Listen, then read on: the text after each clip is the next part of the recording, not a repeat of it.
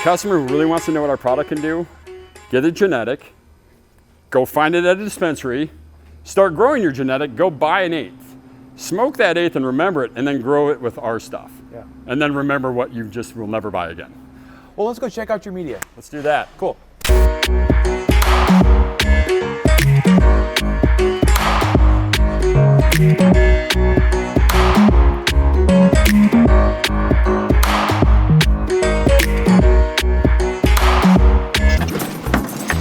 Hi, Jim.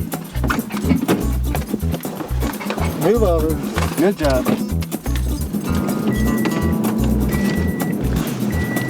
That dog just whines all day. It's always on, amped up.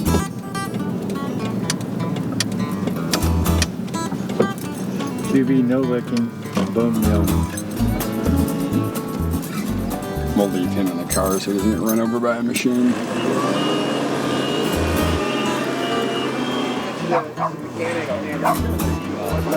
So we're right down the street. Around the corner. I guess, honestly, Scott, what comes to my mind is, did you have your soil process before your... No. Started with nutrients. And you just did out of necessity? Like your customers asked you for No, it? we got tired of people having problems in the industry from potting soil. Yeah. We invested in a little mixer, a little bagger, some conveyor belts. Started just processing 4 to 10 pallets a day.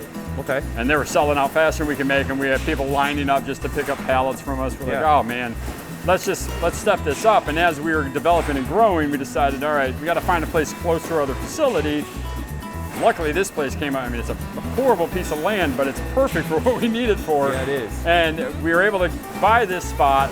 It's set up perfectly to be able to manufacture undercover. And then we bought some machinery that could speed up the process so that when we got into the spring and summer, we were able to actually keep up with the demand on the potting soil. Good for you. And it's been fun, but at the end of the day, it still comes down to great quality, small batch, and being very consistent. And as we walk through here, what you'll see is, I mean, not many places are going to allow you to walk through their facility because they have proprietary. Yeah, that's BS. Right.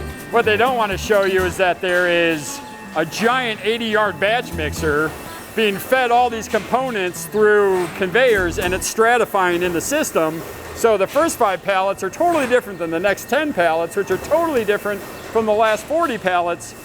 And the inconsistency is what we hear about from the customers. So when we created this design, what we decided was we were making everything in a 4-yard batch mixer.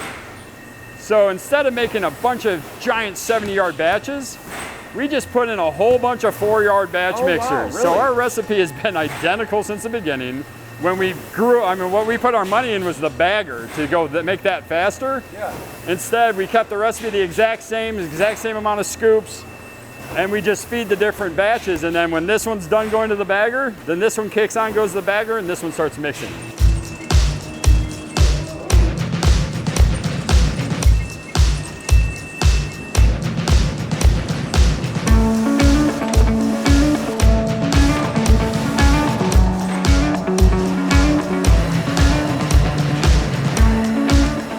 This part of the facility is them just receiving the bags off of the bag line. I love this. That's a lot of fun. This is awesome. It really is.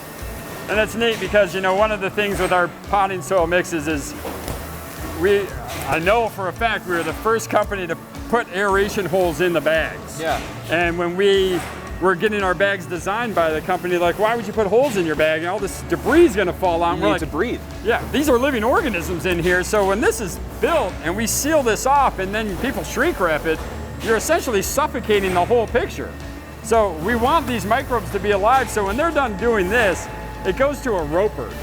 And all that does is it takes one strand of shrink wrap, just thin, and it ties this to the pallet, but it leaves it open. I see. The holes are being punched in our machine, so as it's going through, it's being punched in the plastic so that now we've got all these holes so that the soil can breathe when it's on the pallet. So is that a custom feature you had to add to the machine? Yeah. To punch holes? Yeah. Oh, wow. But this one bagging machine can handle all these 4-yard batches. Yep.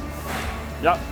And that's the thing that really slows us down then is the loader. So the loader guy's got to pick up our core, pick up the peat, pick up the pumice, and load them all 1 yard at a time. Right. And then often he'll have to fill, that's our tote machine. So if he's filling this for bagging, and then he's got a team over here, he's filling for totes. I see. So, you know, we try to keep it pretty low impact, low equipment. We just try not to spend a lot What of do money. you try to do as far as like, do you just try to do all your number 4 on a day and then you Oh, yeah. switch to number 8? 1,200 pounds on a freaking spool. So they have to So you literally, want to run through this? yeah, they'll run through this for however long, and if they get to a short run, they'll take the rest of it, put it in a tote. That'll go Okay. out as a tote sale. I see. So do you use the same ingredients as your liquids? Often, yeah. Yeah. Like the bone meal's Because the it's not same. the bone meal, Yeah. right? We leave that more of in a chunk and a fine, so it's a Yeah. double. Yeah. You'll see it in the FERT packs, and that's so one's for long term, and the other one's for solubility in right now. So this is just raw cocoa. This is cocoa This is fiber. like your number 7. Yep, this is washed, rainwater washed, which we'll show you around the corner. So also washed with rainwater. Yeah, yeah. How clean. It's, yeah.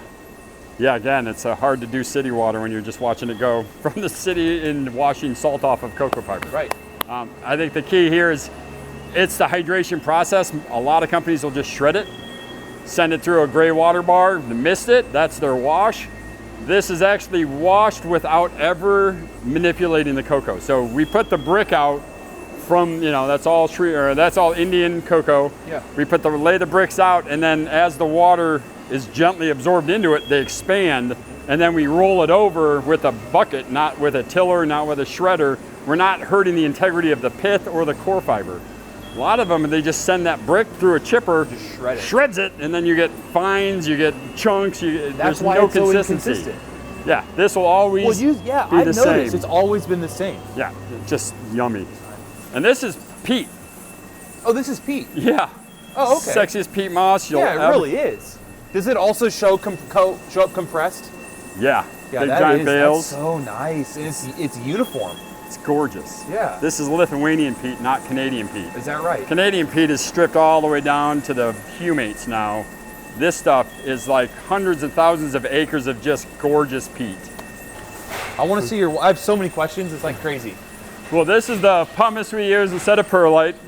So most of our mixes are cut 50-50. So you don't do any perlite? Oh no, we do perlite. Yeah. You have it in the number Half and 2. half. This is our oldest employee, Awesome. our first employee, Camarino. Camarino. Camellia was our very How you first doing? employee. Yep, he's Doing one a of, great job. Looks like. He's hand screening These are your Alaskan gas humus. feed. Oh, this is your humus. Yep. So this is How rich. pure black river. Yeah, I mean this is great when you do that and it stains your hands. That's humus. So what this gentleman's doing is making sure it's screened so it's as evenly distributed. There's not random clumps. And Yeah. So instead of having just 4 of these things sitting in your Right. potting soil, Because this it's is where gonna it's be more like starting. that. Yeah. And then it's coming out as just a nice, not so coarse.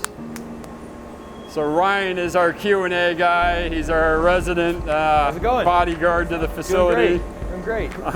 So this is paramagnetic rock. What is paramagnetic rock? So if you look up Philip Callahan, he did a whole bunch of research on paramagnetism.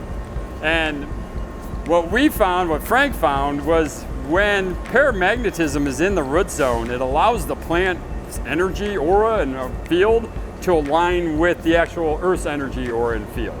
When we take bark and we take compost and we take peat and we put them in a plastic container and we stick them on the second floor of a cement building, that plant is no longer connected to the Earth's energy in the realm of, there's no magnetism left because you've put so many insulators around the root zone. Paramagnetism will create that energy, so it is pulling the energy from the Earth into the root zone. Whoa. It's hippy dippy crap for sure, and everybody thinks it's just Yeah, weird. but that's pretty damn cool. If you read Callahan, this is what's so frustrating is we have to call this basalt. Well, clearly Okay. not basalt. Yeah. But because California doesn't understand what paramagnetism is or what paramagnetic can do, we can't make that claim, and we can't claim this because this isn't a material. Yeah. This isn't an ore, this isn't graphite, this isn't granite. This is a vein that is highly paramagnetic of sand from an area of, eastern Canada. So it's interesting because when we add this to the soil and we check every other soils in the industry, most are diamagnetic. So if you search diamagnetism versus paramagnetism, you're going to see a whole different energy field that is accepted in the root zone. This creates root zone energy. And then Wow. you add Frank's alkalinity and the calcium with the reaction of the bone meal acids to the alkalinity of the Olympus up. You're creating, literally, it's gamma energy in that root zone. It's creating a happier, stronger, healthier plant because they can just access that much more by being tuned in with the Earth's energy. So that's literally limestone. That's yucca meal. Here's the bone meal. So it gets 1 bucket of fert and 1 bucket of bone meal. And that goes in every 4-yard batch. Yeah. That's all bone meal. Oh, they get 2 of those. 2 of those. 2 buckets of bone meal. Yeah, we put a lot of bone meal in our product. Yeah. It's a huge thing. So, yeah, for everyone, they toss in 2 of those and then a fert box. So yeah, you have a ton of food. So it's 3 plenty. buckets. Yes. 2 of that, 1 of that. Yeah. That's a lot of food.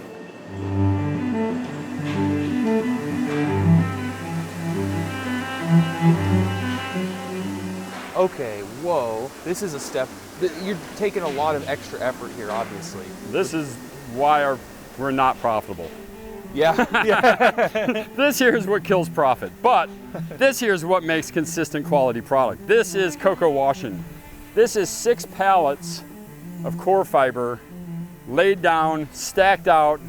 They drop down their irrigation. Stack them in bricks? Oh, that. As they come? Yeah. You just lay them out. Lay them all flat, 2 levels, hydrate it. Once they take the first level of water up, they remove the socks, they go through, they drive over it with that tractor, just rolling it over once, flatten it out, and then they finish the hydration. He'll come out here, he'll test that water runoff there. Yep. Once we're below 60. All right, let's take it over the squeezer. So that's the hardest part is the cocoa fiber. Washing it's easy. Getting this to leave, impossible. Frank and I rented like steamrollers. We lay it out in a 1-foot stretch, we drive over it, and as soon as the water would go out, it'd suck right back in. Huh. Like, holy crap, this stuff, it's either hydrophobic or we'll never let it go again. Interesting. So once that's hydrated and it's down below its level, then it comes in here and it does a physical drain. Okay. But just gravity drain. Gravity. Yeah. And the downfall, even with sun, which we haven't had yet. You're still moistening it. Still giving me way too much. This would give me about 30% moisture in a bag, which would be weight, unneeded moisture content. It would kill microbes, suffocate. I mean, it'd just be horrible. Yeah. And it just makes for a waterlogged soil. So we kept thinking and kept thinking. So now what he does is he takes that cocoa from that pile, he brings it up into this, our first bagger. This is our first bagger. The very first one. That very first one. So it comes in here and it dumps up, but then it comes into our, and I wish they had it running because it would have been something to see. We figured out getting a hydraulic orange juice press to drop all this wet cocoa into, and there's a hydraulic plate on the back of this machine that presses against an auger that's pressing all the cocoa against the plate, removing all the moisture into these things, and the cocoa is going out the other side dry. So what are all these out back here? You can see those ones are the pokies. Yep. So those are the totes. So those are all 2 and 3 yard totes, and those pokies. So that's all finished goods. That's all finished good. That's unwrapped, just covered, so they can breathe. Moisture, yeah. Yep. Yeah. We just don't want them to get soaked with rain. Yeah. But over here, I'll show you this. Well, these are the peat bales. This is how we get them. So this is how your peat shows up. Closet they call these things towers, right? They are towers. We shred it in this thing. It's a shredder closet. Just set it in there, just lifts it up into a shredder thing, and that sends it up there.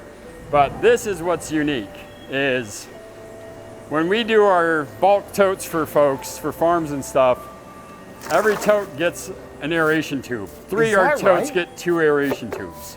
The most critical time with potting soils, once you make it and you have any moisture added to it, which you will because we're in Oregon, of course. The microbes wake up and they start digesting, and then they start generating heat. Yep. And if we're all sealed up and there's nowhere for air to go, they'll cook themselves to death. Whether it's bagged in the middle of a pallet or 3 yards of medium, that core of the medium, most of those are gonna die from heat. So if we add in these pipes in there, it has a vent hole to literally any of the digestion that's happening, all the off gas, all the heat, is allowed to escape, so the soil temperature never exceeds 110, 115. Wow. And so we've measured 160, 170. We've seen plastic bags melting together from microbial activity in sealed pallets. Right. So our goal was to never put out a dead soil. Yeah, I mean, I don't want to name names, obviously, but yeah, we've received a lot of soil over the years. It's hot to the touch. Oh yeah. Very hot. Like camo forest hot. Yeah. Yeah, I know. They do that locally. So the problem there is it's so many microbes in there that it's breaking down all the nitrogen they add, which is then turning everything into a hot mess. And you can go out and take the temperature of any one of these bags, any one of these totes, and everything is in a living temperature for natural composting. And at the end of the day, a lot of people complain, they'll open up their totes and there'll be a whole mycelium field on the top, and they're like, oh, it's molding. And it's like, oh, really? Mold? You're like, you're so lucky. Send it back, You're idiot. welcome. Yeah, it's called free mycorrhiza. Enjoy. So it's trying to, explain to people, when you see the hyphae growing, that's because the soil's alive, Right. and we're not trying to kill it. Right. We try to make better potting soil than the rest, and it's, that's why it costs more. I mean, if it even costs more anymore. It doesn't. It honestly, yeah. It's just not branded. The hard part is we don't market the hell out of soil, and honestly, as you can see, we don't really care. We don't want to make more soil. We just really want to cater to the customers that found our soil. And they care. And they'll keep coming back because they don't have the mites, they don't have the fungus gnats, they don't have the root aphids, they don't have all the issues. You're buying most of your issues when you buy a bag of soil. I hate to say it, but I promote other people that do good work because that's who we're relying on to make our products better, like BioEgg's Full Power, Mark's, all of his microbials. Those guys help our products work better. So You give them respect because you recognize it's a good product. yeah, and they're following the same horse we are. We're not all trying to get super rich. We're just trying to grow better food, better crops, better cannabis. So, I like to align myself with folks who kind of see the same vision, and it's not Ferraris and Lambos. It's, community and food. Well, Scott, you're awesome. Thank you so much. Thank you. I appreciate you guys. Get over here. Thanks a lot, Frank. Thank you. It was awesome. Yeah. Well, I'm Steve from Monster Gardens. Till next time.